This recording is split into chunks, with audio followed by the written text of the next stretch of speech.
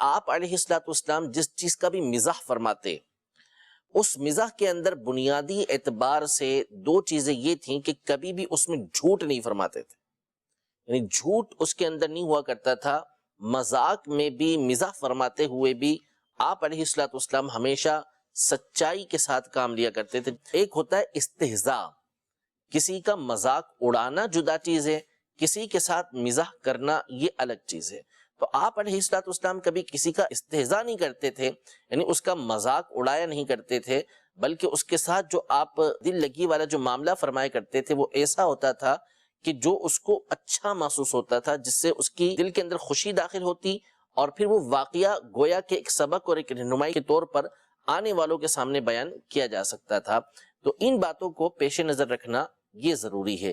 ہمارے یہاں جو مزاح ہوتا ہے عام طور پہ وہ مزاح ایسا ہوتا ہے کہ جو بندے کے وقار، اس کے دبدبے اور اس کے رعب کو ختم کر دیتا ہے، وقار کے خلاف گفتگو کی جاتی ہے۔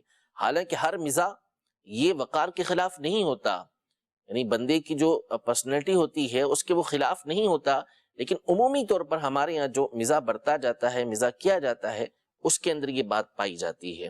لیکن نبی کریم صلی اللہ تعالیٰ علیہ وسلم کا یہ انداز بالکل نہیں تھا۔